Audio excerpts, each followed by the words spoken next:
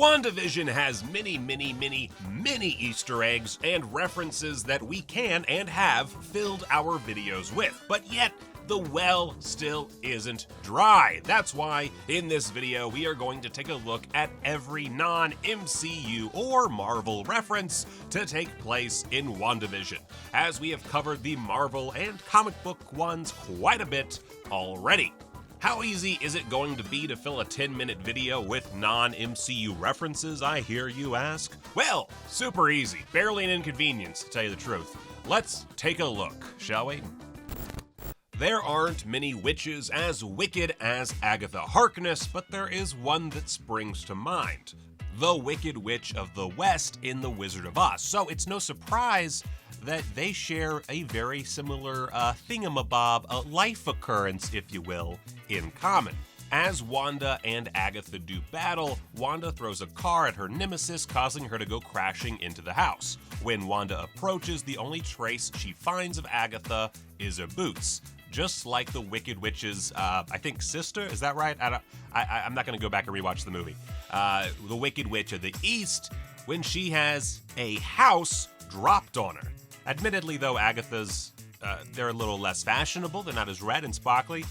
This isn't the only reference to Oz, though, as eagle-eyed viewers may have noticed that the Westview local theater was playing the 2013 prequel movie, Oz the Great and Powerful. That movie was, of course, directed by Sam Raimi, who is directing the upcoming Doctor Strange sequel, which will also feature Wanda. But this isn't the only Sam Raimi reference to be seen in the finale. In the closing post-credits scene, as Wanda reads through the Darkhold and becomes more accustomed with her powers, a familiar thought might have entered your mind. A dark, magical book in a cabin in the middle of nowhere with an isolated person trying to master it. Remind you of anything?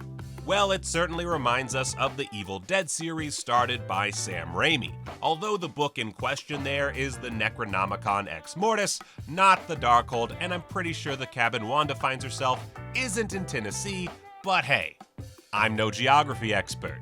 I'm a narrator. I have no other skills. This is it. Going back to those sneaky films playing at the local theater, in the Halloween Spooktacular episode, you may have seen some pretty familiar films listed in the background playing in a double feature.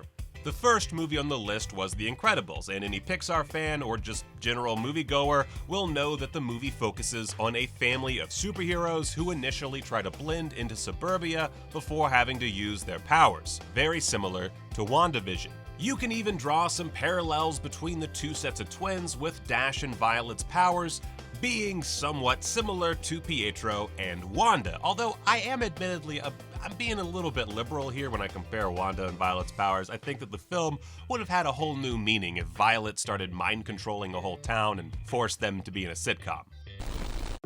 Anyway, back to that double feature now. The other movie on the list was, of course, The Parent Trap, which also, like The Incredibles and WandaVision, involves a set of twins. This reference is almost on an even more meta level than The Incredibles one, as it is, of course, about two people who switch places, which is likely a reference to having Evan Peters recast as Quicksilver, or should I say, Ralph Bohner. Yeah, I bet no one got annoyed by that reveal, huh? You guys ate that one up. Speaking of Evan Peters, though, fans' minds have recently been blown with apparently everyone remembering at once that Peters and his fellow Quicksilver actor Aaron Taylor Johnson both starred in the movie Kick-Ass. Although, even being a superhero, I doubt we will be seeing Kick-Ass or Hit Girl making an appearance in the MCU anytime soon. But that didn't stop the show making a reference to the movie. As Wanda talks to Pietro, or Boner, or whatever his name is, she says the word kick-ass. Most certainly, or most likely, possibly, a reference to the movie starring both Quicksilvers. WandaVision might be a great mix of parody and pastiche, but when it comes to classic sitcoms, they were by no means one of the first to do it. One of the movies to really play on these sitcom tropes is the comedy movie Pleasantville, which starred Reese Witherspoon and Spider-Man himself, Tobey Maguire. WandaVision overall has an aesthetic very similar to Pleasantville, obviously with the use of black and white, but also with the little touches of color, with red being the first color to be seen in both Pleasantville and WandaVision. Another movie that really parodied sitcoms was The Truman Show, where the protagonist is unwittingly trapped in a TV show where he is the main form of entertainment for a number of fans, similar to Vision and the residents of Westview, right? How influenced by The Truman Show the creators of WandaVision actually were is unclear, but there are some other noticeable similarities, such as the cheesy adverts. Wow, that's amazing! The nosy neighbor knowing more than they let on, the captive character slowly realizing something is amiss, the show being broadcast and watched, and the Vision's escape of the Hex was somewhat reminiscent of Truman leaving Sea Haven, although that admittedly might be a bit of a stretch. I swear to God, editor, if you don't put you better put Vision stretching his arm out over that clip, or so help me God. Speaking of stretches, having a baby be conceived, grown, and born in rapid time is also a common trope that has already been seen before. This has been a plot line in works such as Doctor Who, Third Rock from the Sun, and the children are often human hybrids of some sort. We never really got too many answers when it came to how the twins, Billy and Tommy, came to be and what happened to them after WandaVision, but we are pretty sure that all will be revealed sooner rather than later, potentially in the Doctor Strange sequel. Now going back to that sneaky theater once more, did you notice the words Tannhauser Gate with the tagline, "Put the fun in dysfunction"?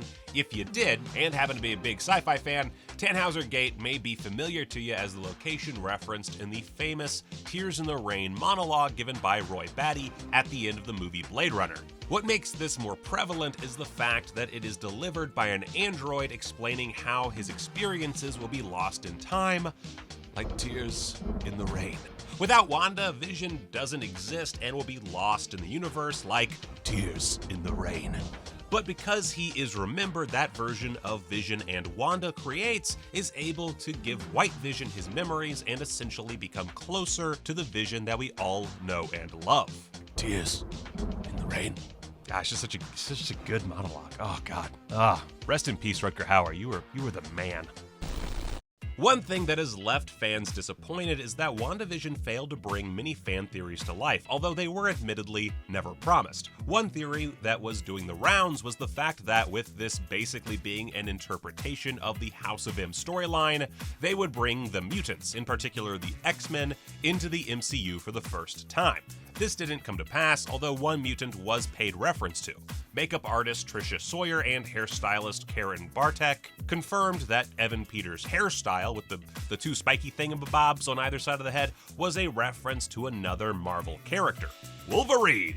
Wolverine has long been attributed to this hairstyle, and it was a reference director Matt Shakman really wanted to make. When asked if Wolverine will actually be making an appearance in the MCU soon, the answer was, please stand by.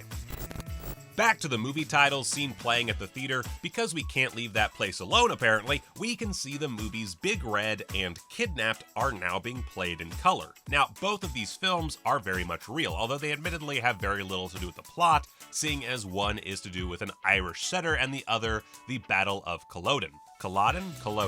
Whatever. But put these movie titles together and the show is basically telling you what's going on, with Big Red, aka Scarlet Witch, kidnapping the town of Westview and forcing them to be a part of her sitcom. Now, this next one could be construed as an MCU reference, seeing as the man, myth, and legend Stan Lee has cameoed in the MCU many a time, but we wanted to put it in anyway as the show makes a loving tribute to the man who made all this possible. In the opening credits of the episode Breaking the Fourth Wall, we see the number 122822, which, broken down, is the date December 28th, 1922, the birth date of one Stan Lee. I'm not crying. You're crying. You're the... Shut up. I'm not... I'm fine. Now, admittedly, we have already done a more in-depth video of sitcom references in WandaVision, but seeing as they are so important to the show, I wanted to mention them here. One of the greatest influences for the first episode was The Dick Van Dyke Show, with the man himself, Dick Van Dyke, even serving as a consultant on WandaVision. We can see this not only in the story beats, but in the layout of the house, which is very reminiscent to the one scene in The Dick Van Dyke Show. Another classic sitcom reference we see is I Love Lucy, which can be seen in the way the house is decorated. Another show that WandaVision often parodies is the show Bewitched, which was about a witch who tried to live a normal suburban life, often having to use her magic to get her out of tough situations. The best parody of Bewitched can be seen in the opening animated credits of Don't Touch That Dial, an episode where the plot is basically straight out of Bewitched, with the credits being an almost like-for-like parody of the classic sitcom credits. Also, the Agatha All Along song isn't just a catchy jingle, even though I can't get it out of my head. I can't get out of my head, guys. It's stuck. It's permanently stuck. Anyway, it's also a reference to the opening Munsters theme. So there you go, another sitcom with some like weird horror tinges to it. In the 5th episode, we also see a number of sitcoms being parodied in the opening title sequence. The painting of Wanda and her family is taken straight from the opening credits of Growing Pains, while the shot of the twins running across the park is a reference to Full House, which starred Elizabeth Olsen's real-life twin sisters, Mary-Kate and Ashley. But the biggest sitcom homage goes to All New Halloween Spooktacular, which made many references to the show Malcolm in the Middle. This can be seen in the way the twins break the fourth wall, just like Malcolm used to do in the sitcom, as well as the overall aesthetic and editing style, such as the split diopter shot. And of course the opening credits, which again are almost like for like with Malcolm in the Middle. And finally, in the episode Breaking the Fourth Wall, there are a number of parodies to fourth wall breaking mockumentary shows such as The Office and Modern Family. The opening credits is a mashup of both, with the theme and look being very similar to The Office, while the opening text looks exactly like that of Modern Family. In the episode itself, Elizabeth Olsen does a near-perfect Claire Dunphy impression, while we cannot forget Paul Bettany nailing the Jim Halpert stare. A final thought. At the end of episode 4, the track Voodoo Chile by the legendary Jimi Hendrix plays, and although it was released 2 years before the 70s, in which the episode thematically takes place, the song talks about power and voodoo magic, which is fitting seeing as Wanda is finally releasing her true strength.